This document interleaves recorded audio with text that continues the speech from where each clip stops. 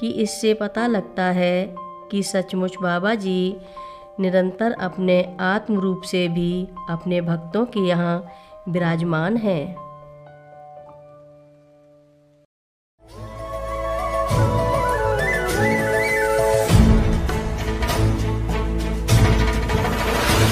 सिर मुकुट कुंडल तिलक चारु उदार अंग विभूषणम्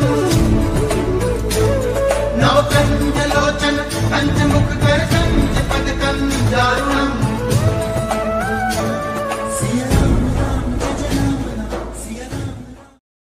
महाराज जी के आज के विशेषांक में रक्षा सूत्र परिवार के सभी सदस्यों का हार्दिक स्वागत है। घटना यह है कि बाबा जी एक समय नीप करोरी गांव में एक गुफा में साधनारत थे। इस गुफा में किसी का प्रवेश वर्जित था। बाबा जी का एक विशेष शिष्य था गोपाल। वह पहले तो बहेलिया था, लोगों द्वारा तिरस्कृत था, पर बाबा जी के लिए कोई तिरस्कृत या सम्मानित नहीं होता था।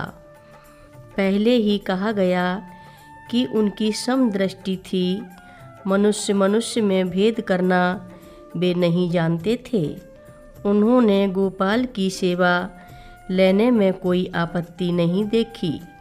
वह नित्य ही बाबा जी की सेवा के लिए आता था, पर गुफा के अंदर नहीं जाता था। बाबा जी जब बाहर आते तभी उनकी आवश्यक सेवा करता या उनके लिए अन्न जल आदि की व्यवस्था करता। एक दिन वह भूल गया कि बाबा जी ने गुफा में प्रवेश करने से मना किया है।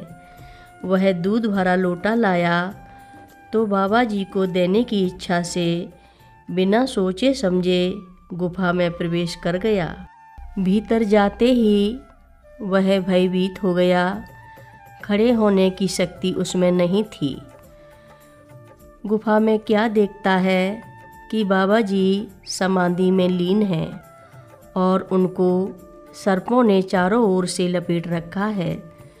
उनके इस शिव रूप को देखकर उसके हाथ से दूध का लोटा छूट गया। वह गुफा से बाहर तो भाग आया, किंतु तत्काल संज्ञाहीन होकर पृथ्वी पर गिर पड़ा। बाबा जी समझ गए थे कि उनके इस शिव रूप के दर्शन का प्रभाव गोपाल पर क्या पड़ा होगा। समाधि भंग कर बाबा जी बाहर आए। बेहोश पड़े गोपाल को उन्होंने उठाना चाहा। उनके स्पर्श को पाते ही उसकी चेतना लौट आई।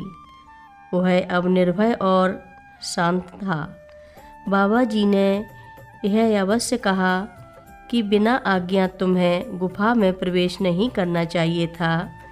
यह प्रसंग इसलिए दिया गया कि बाबा जी हनुमान जी के अवतार होने के कारण स्वयं भी शिव जी के पितृतुल्य श्रद्धा रखते थे और सुगंधा की शिव उपासना से प्रसन्न होकर उन्होंने उसे जीवन दान दिया।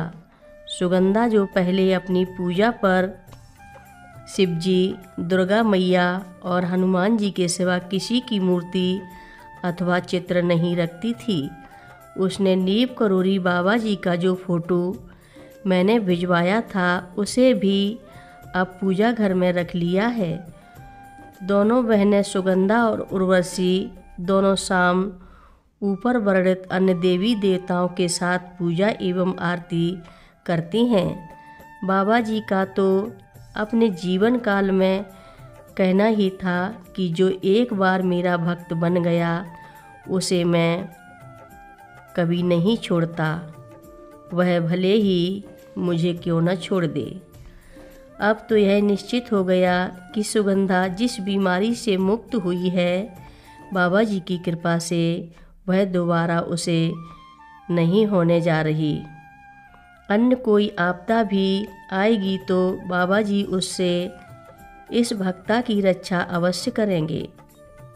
सुगंधा के सपने को स्मरण करें। इससे संबंधित एक घटना यह सिद्ध करती है कि उसने सचमुच बाबा जी द्वारा ही दिखाया गया सपना देखा था। इस घटना के उल्लेख करने का एक कारण यह भी है कि इससे पता लगता है कि सचमुच बाबा जी निरंतर अपने आत्म रूप से भी अपने भक्तों के यहाँ विराजमान हैं। कथा लंबी है, आगे की कथा सभी भक्तों को अगले भाग में सुनाएंगे। महाराज जी की कथा सुनने के लिए सभी भक्तों का धन्यवाद।